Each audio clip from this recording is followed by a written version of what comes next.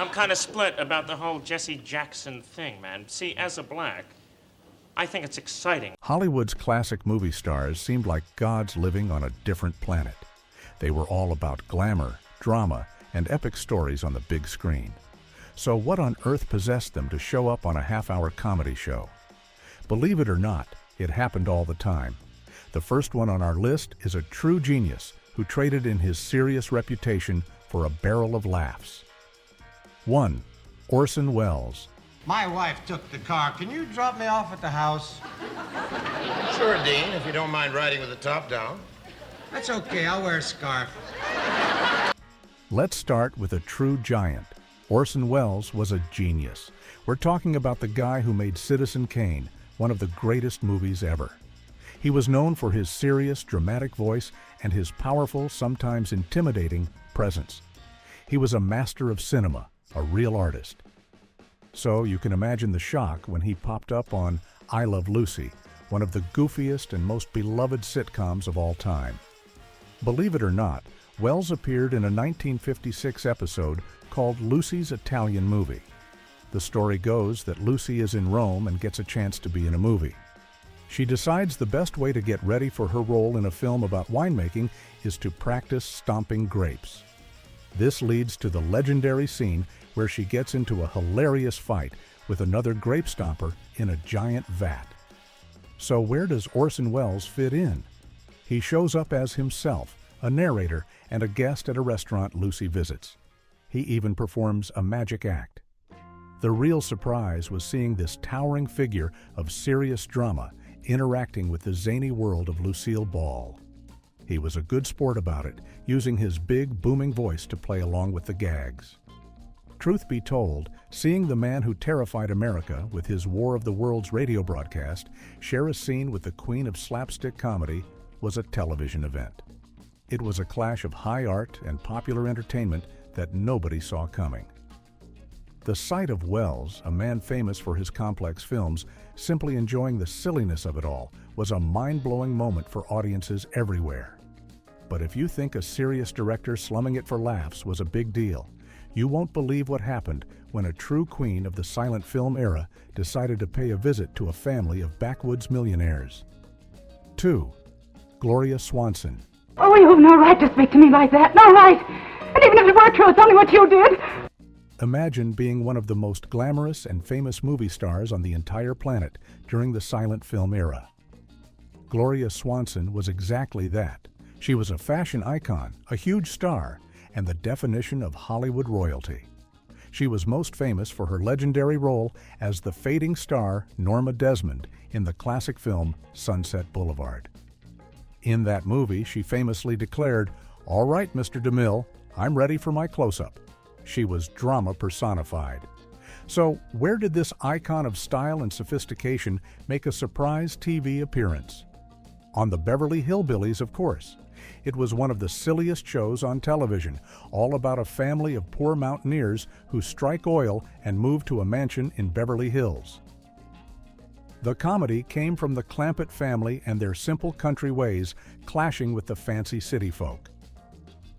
In a 1966 episode, Gloria Swanson played herself.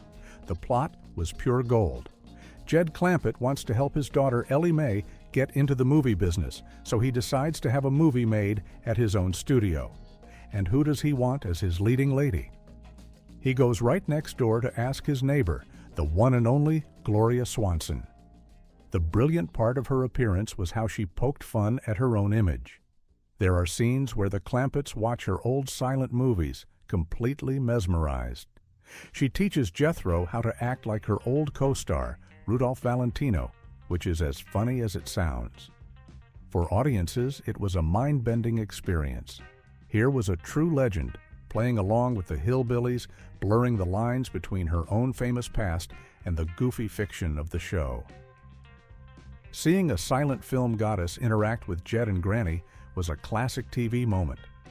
But even that incredible crossover might not be as wild as the time two of Hollywood's biggest female rivals were forced to share a set, creating drama both on and off the screen. 3. Joan Crawford. We can't give charity to a great big star like Joan Crawford. Oh, well, We'll tell her to pay for the phone call. What are you going to tell her, that you had to call the auto club in Casablanca? Joan Crawford was Hollywood royalty, but she was also known for being one of the most intense and dramatic actresses of her generation. She won an Oscar for her powerful performance in Mildred Pierce and was famous for her fierce determination and a personality that could be, let's just say, a little difficult. She had a long and bitter rivalry with another screen legend, Bette Davis, that was famous throughout Hollywood. She was not a woman you wanted to mess with. So it was a huge surprise when she agreed to guest star on The Lucy Show in 1968. Lucille Ball, the star of the show, was also a powerful figure. She was a brilliant comedian and a shrewd businesswoman who ran her own studio. On screen, the episode Lucy and the Lost Star was simple enough. Joan Crawford, playing herself, is stranded at a train station and ends up at Lucy's house. Of course, Lucy, being Lucy, tries to impress the big movie star, and everything goes wrong, leading to a disastrous Charleston dance number. Here's the thing, though. The real story was the drama that happened when the cameras weren't rolling. Truth be told, the two women did not get along. Reports from the set said that Crawford was demanding and even brought her own large supply of vodka with her. Lucy, a total professional, was not happy about it. She expected everyone to be prepared and hit their marks perfectly. The tension was so thick you could cut it with a knife. It was a clash of two titans. One was the queen of comedy, the other a queen of drama, and they were stuck together on a sitcom set. The rivalry between Hollywood's leading ladies was the stuff of legend. But Joan's rival, Bette Davis, had her own surprising sitcom story, one that involved a project so strange it never even made it to air. 4. Bette Davis. What is it about Miss Dunaway that makes her... Well, she's just totally impossible. Really? Yes, I don't think we have the time to go into all the reasons. When you talk about the greatest actresses in Hollywood history, the name Bette Davis is always at the top of the list. She was a two-time Oscar winner, known for playing strong, complicated, and often ruthless women. She was a force of nature with those famous Bette Davis eyes. She starred in classics like All About Eve and Jezebel. She was not the kind of actress you'd ever expect to see in a light, fluffy comedy. This makes her story all the more shocking. In 1965, Bette Davis didn't just guest star in a sitcom, she starred in the pilot for her very own. The show was called The Decorator. The idea was that Davis would play a woman who, after her husband's death, opens her own interior decorating business. Each week, she would have a new client and get mixed up in their personal lives. The pilot episode featured her redecorating the home of a young, newly married couple. Get this. The network, ABC, filmed the pilot, but then got cold feet. They thought audiences wouldn't accept the fierce, dramatic Bette Davis in a comedic role. They were worried that her powerful image was just too much for a weekly sitcom. So, they made a mind-boggling decision. They never aired the pilot as a series. Instead, they just broadcast the single episode as a special one summer night. And that was it. A Bette Davis sitcom, gone before it ever really began. It has since become a legendary piece of lost television. It's incredible to think that a show starring one of the world's biggest movie stars could be created and then just tossed aside. It was a huge gamble that the network wasn't willing to take. But while Bette Davis's sitcom career was over before it started, another master of a different genre, the horror genre, would find huge success with a very surprising sitcom appearance of his own. 5. Vincent Price. And we had a birthday party there. It was wonderful fun. You couldn't tell who were the actors. For decades, if you wanted a voice that was both smooth and spooky, you went to Vincent Price. He was the undisputed king of horror movies. With his tall frame, thin mustache, and elegant but creepy voice, he terrified audiences in films like House of Wax and The Pit and The Pendulum. He was the face of scary movies for a whole generation. He was so famous for being scary that he even did the spooky narration for Michael Jackson's song thriller.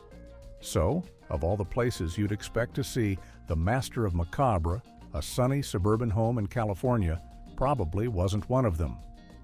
Yet, in 1973, Vincent Price made one of the most memorable guest appearances in sitcom history on The Brady Bunch.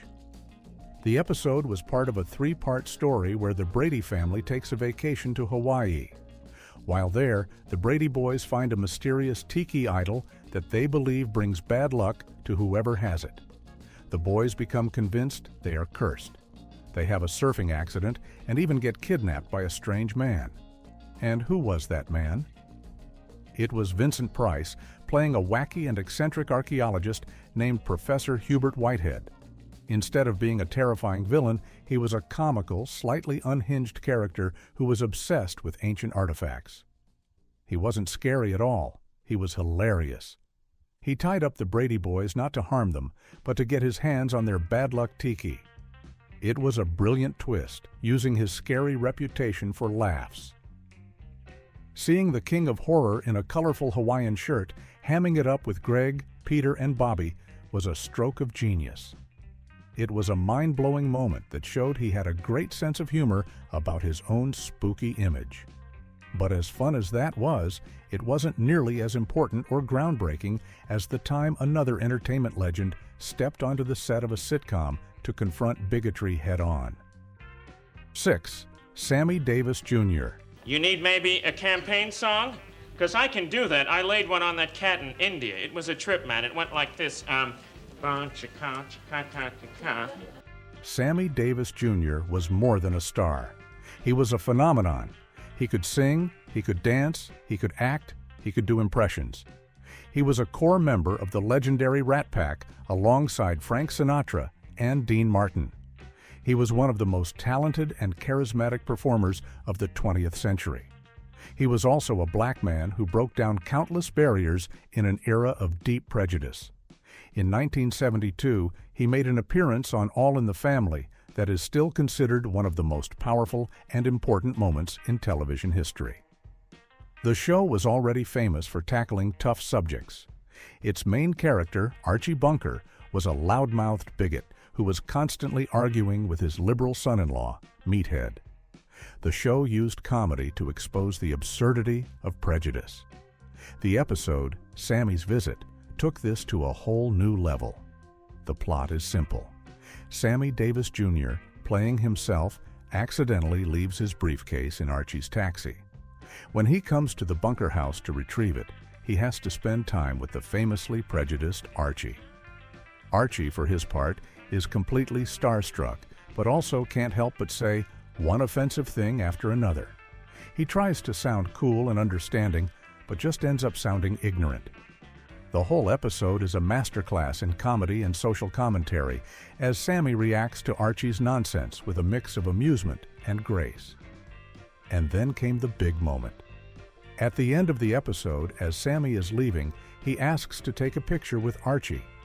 Just as the camera flashes, Sammy leans in and plants a big kiss right on Archie's cheek. The look of pure shock and horror on Archie Bunker's face is one of the most famous freeze frames in TV history. It was a mind-blowing, hilarious, and brave moment that used comedy to land a powerful blow against racism. It was a kiss seen around the world, a truly iconic TV moment. But that wasn't the only time a Hollywood legend used a sitcom to make a statement.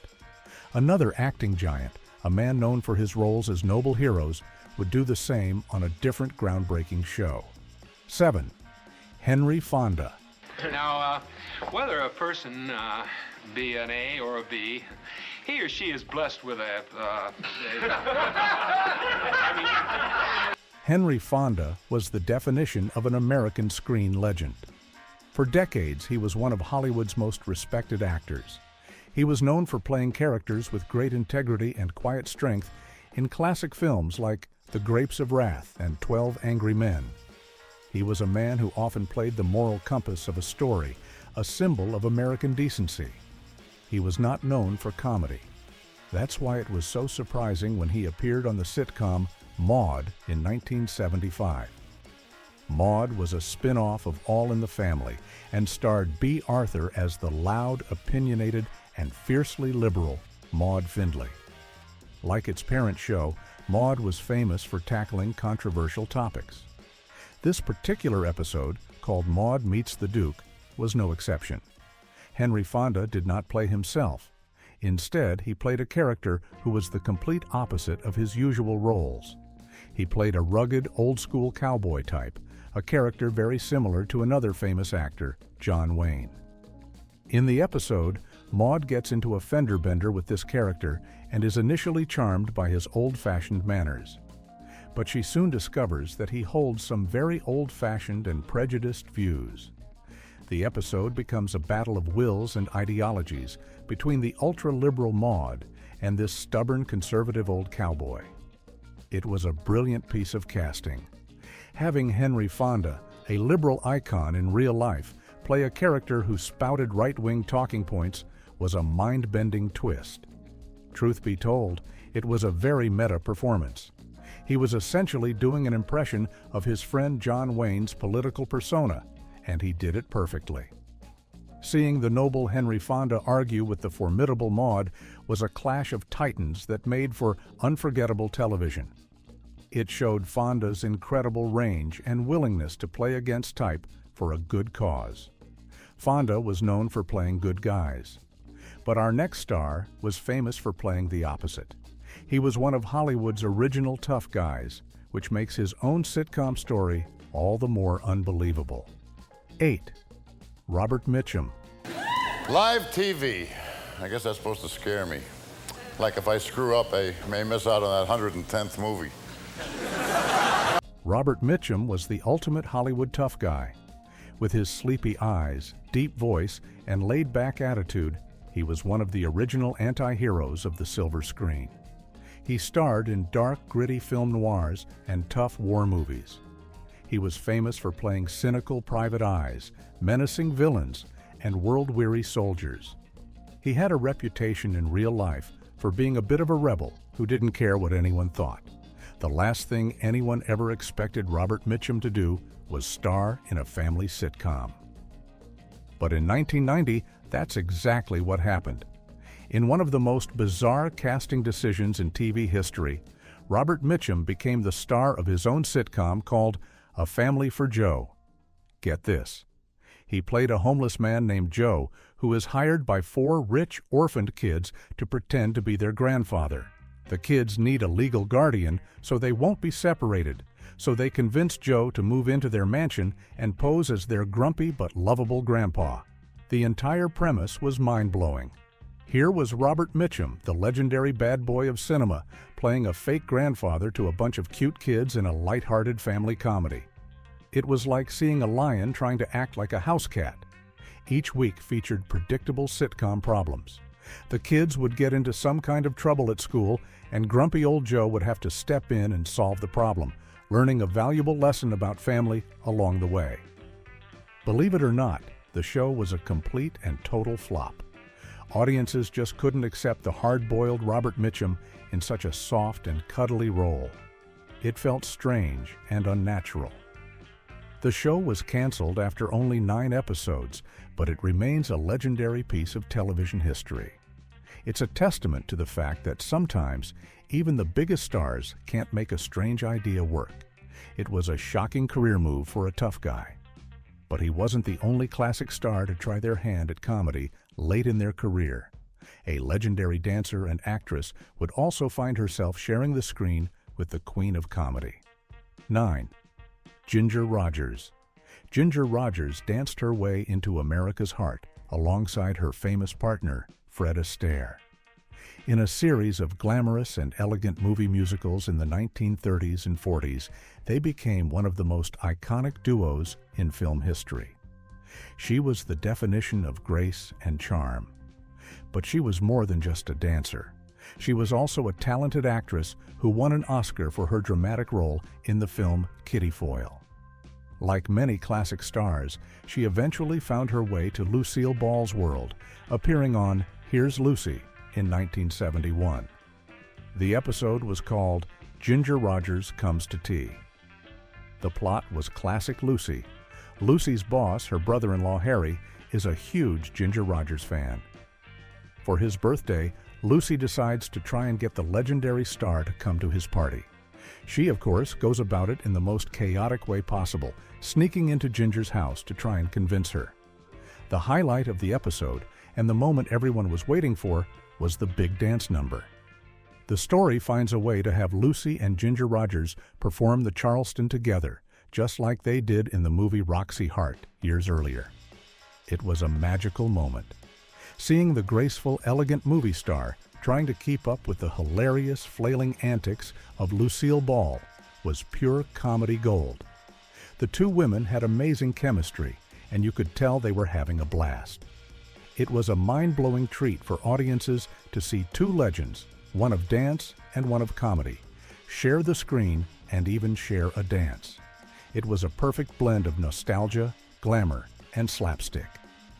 But while Ginger Rogers was a welcome guest, our next star's sitcom appearance was so huge, it practically stopped the show. 10. Elizabeth Taylor. Elizabeth Taylor wasn't just a movie star, she was a global icon. With her stunning violet eyes, 2 Oscars, and a famously dramatic personal life, she was one of the most famous women in the world. She was the Queen of Hollywood, known for epic films like Cleopatra and powerful dramas like Who's Afraid of Virginia Woolf? She was the definition of glamour and star power. So in 1996, when she made a guest appearance on the hit sitcom The Nanny, it was a very big deal. The Nanny starred Fran Drescher as Fran Fine, a fashionista from Queens with a very distinctive voice who becomes the nanny for a rich Broadway producer's family. A running gag on the show was that Fran would often run into famous celebrities.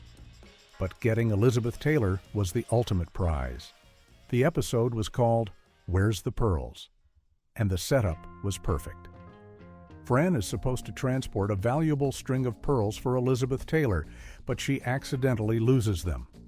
This leads to a frantic search and a classic sitcom misunderstanding. But the biggest moment was when Elizabeth Taylor herself appeared on screen. She didn't just have a small cameo, she had a major role in the episode, interacting with Fran and the other characters. She even poked fun at her own glamorous image. Here's the thing, her appearance was a huge ratings success. Everyone wanted to see the legendary movie queen on their favorite comedy. She was charming, funny, and proved she could handle comedy just as well as she handled drama. Seeing her trade witty lines with the hilarious Fran Drescher was a mind-blowing moment that bridged the gap between classic Hollywood and modern television.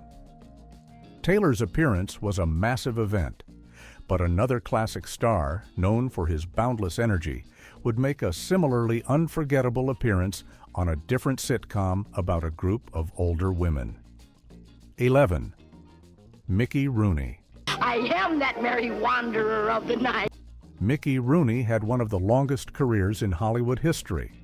He started as a child star in silent films and was still working well into his 90s.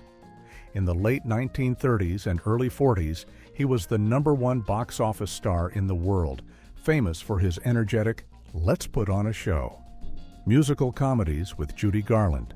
He was a ball of pure energy, a true show business legend who had seen and done it all. In 1988, this legendary performer made a very memorable guest appearance on The Golden Girls, a show that was already a classic in its own right. The show, about 4 older women sharing a house in Miami, was beloved for its sharp writing and brilliant cast. The episode was called Larceny and Old Lace, and Mickey Rooney played a character who was a far cry from his usual peppy persona. He played a charming but roguish man named Rocco, who starts dating the sweet and naive Sophia Petrillo. At first, Sophia is swept off her feet by his charisma. But Dorothy, her suspicious daughter, doesn't trust him, and she's right not to. It turns out that Rocco is a small-time crook who is trying to use Sophia as an alibi for a bank robbery. The truly mind-blowing part was seeing the legendary Mickey Rooney play a character who was trying to get one over on the feisty Sophia. The chemistry between Rooney and Estelle Getty, the actress who played Sophia, was electric. He was charming, she was sharp, and their scenes together were hilarious. It was a perfect piece of casting, allowing a classic Hollywood star to show off his comedic timing on one of the funniest shows on TV. Rooney was a huge star from a bygone era. Our next guest star was a modern bombshell who found herself in a situation that could only happen on one of the most bizarre and brilliant sitcoms of the 90s. 12. Raquel Welch. You see, she's in Paris. I'm on my way to meet her. Oh, yes, of course, I understand. I'm sorry. I was asleep. I was probably dreaming. Raquel Welch exploded onto the scene in the 1960s and became one of the biggest international symbols of glamour and beauty of her time. Dressed in a fur bikini for the movie 1,000,000 Years BC, she became an instant icon. But she was more than just a pretty face. She was a talented actress who worked hard to prove her skills in a variety of roles. She had a reputation for being strong, fiery, and not afraid to speak her mind. In 1997, she made a legendary guest appearance on Seinfeld, a show famous for its cynical humor and plots about nothing. The episode, The Summer of George, is a classic, and her role in it is unforgettable. The plot is pure Seinfeld insanity. Kramer accidentally gets a job filling in for a seat filler at the Tony Awards and ends up firing Raquel Welch from a musical because she isn't swinging her arms enough during her dance number. This leads to a hilarious and bizarre confrontation.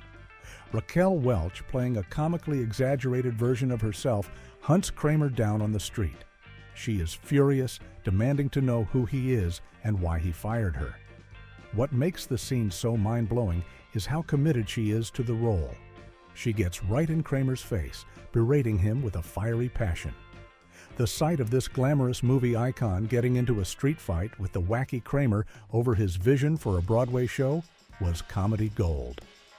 Truth be told, she attacks him, and the two get into a full-on catfight.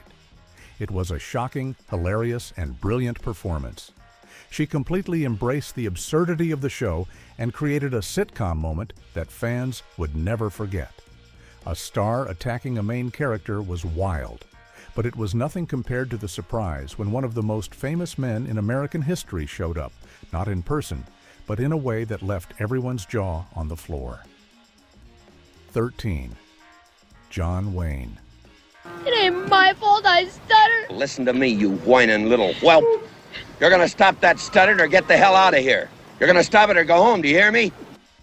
John Wayne, known to everyone as the Duke, was more than a movie star. He was an American institution. For over 30 years, he was the ultimate symbol of American masculinity, the strong, silent hero of countless westerns and war movies. He was the cowboy, the soldier, the man who always saved the day. His walk, his talk, and his tough guy attitude were instantly recognizable around the world. Given his iconic status, it's almost impossible to imagine him on a goofy sitcom. But in 1955, he made a very brief but very memorable appearance on I Love Lucy. The episode is called Lucy and John Wayne, and the premise is a classic. Lucy, ever the schemer, steals John Wayne's footprints from the famous Grauman's Chinese Theater in Hollywood. She wants to replace them with a fresh set of prints as a gift. Of course, the plan goes horribly wrong, and she ends up breaking the concrete slab with the famous footprints. The whole episode is about Lucy and her friend Ethel trying to fix the mess they made. They get Ricky and Fred to help them make a new slab of concrete in their hotel room. At the very end of the episode, after all the chaos, who should show up at their door but John Wayne himself? He's there to put his prints in the new, wet cement. It was a mind-blowing reveal for the studio audience, who erupted in massive applause. He's only on screen for about a minute, but his presence is huge. Seeing the towering, legendary John Wayne standing in Lucy and Ricky's messy hotel room was a surreal and wonderful moment. It was the ultimate Hollywood star meeting, the ultimate TV star. Seeing a hero like the Duke was a treat. But our next star was a different kind of Hollywood pioneer. She was a tough-as-nails actress and director who also found herself caught in Lucy's chaotic world. 14. Ida Lupino. I came out here with a contract. I needed the dough. And I'm going to collect every nasty little cent of it. Maybe more. Now, look, baby, I'm not trying to rush you. Silly boy. Ida Lupino was a true trailblazer. She was a successful actress in the 1940s, known for playing tough, world-weary characters in gritty crime dramas. But what made her truly special was what she did behind the camera. In an era when Hollywood was completely dominated by men, Ida Lupino became a successful director, starting her own production company and directing a string of impressive films. She was a powerhouse, a smart and talented woman who broke all the rules. In 1956, she appeared on the Lucy Desi Comedy Hour, which were the hour-long special episodes that followed the original I Love Lucy series. The episode was called The Celebrity Next Door. In it, Ida Lupino and her real-life husband at the time, actor Howard Duff, move into the house next door to the Ricardos and the Mertzes in their new suburban neighborhood. The comedy comes from Lucy's obsession with her new famous neighbor. She is starstruck and desperate to become best friends with Ida Lupino. She tries to casually run into her, borrowing eggs and trying to peek into her house. The highlight is a scene where Lucy, thinking Ida is looking for a new leading man, tries to get Ricky apart in her next movie by staging a fake sword fight in her living room. The sight of Ida Lupino, a serious director and actress, looking on with total confusion at Lucy's insane antics was hilarious. What was so mind-blowing was seeing a woman as famously tough and independent as Ida Lupino play along with Lucy's brand of domestic chaos. It was a fun and charming appearance that showed a lighter side of a true Hollywood pioneer. Lupino was a respected director. Our final star was a respected actor who, late in his career, found himself on a very different kind of family sitcom, one with a very blue-collar attitude. 15. Tony Curtis. Tony Curtis was a classic Hollywood leading man. He was incredibly handsome and charismatic, a star who could do it all. He was brilliant in comedies like Some Like It Hot, alongside Jack Lemmon and Marilyn Monroe, and he was a powerful dramatic actor, earning an Oscar nomination for his role in The Defiant Ones. He was a true movie star for decades, a legend from the Golden Age. That's why his appearance on the sitcom Roseanne in 1996 was such a delightful surprise. Roseanne was a show about a working-class family known for its realistic portrayal of everyday struggles and its sharp, sarcastic humor. It was a world away from the glamour of old Hollywood. Tony Curtis didn't play himself. Instead, he took on a role that was completely against his movie star type. He played a character named Hal, a dance instructor at a local ballroom. The character was flamboyant, funny, and full of life. He teaches Dan Connor how to dance so Dan can surprise Roseanne. The scenes between Tony Curtis and John Goodman, who played Dan, are fantastic. Goodman's gruff, down-to-earth character trying to learn ballroom dancing from the smooth, elegant Hal was a perfect comedic setup. But here's the most mind-blowing part. In the episode, it's revealed that Tony Curtis's character is gay and that he has a professor boyfriend. He gives Dan some heartfelt advice about love and relationships. For a huge movie star from a much more conservative era to play an openly gay character on a primetime sitcom in the 90s was a really cool and progressive moment.